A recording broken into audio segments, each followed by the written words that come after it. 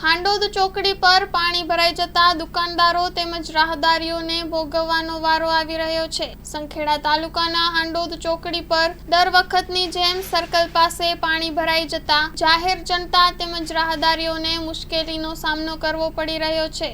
એક તરફ સરકાર વિકાસની વાતો કરી રહી છે, ત્યારે હાંડોદ ચોકડી પર વિકાસ પાણીમાં દેખાઈ રહ્યો છે, તો લાગતા વળગતા તંત્ર દ્વારા રસ્તા તેમજ પાણીના નિકાલની વ્યવસ્થા કરે તેવી ગ્રામજનો તેમજ રાહદારીઓની માંગ ઉઠવા પામી છે। Story report by Kamlesh Patel, Sankheda.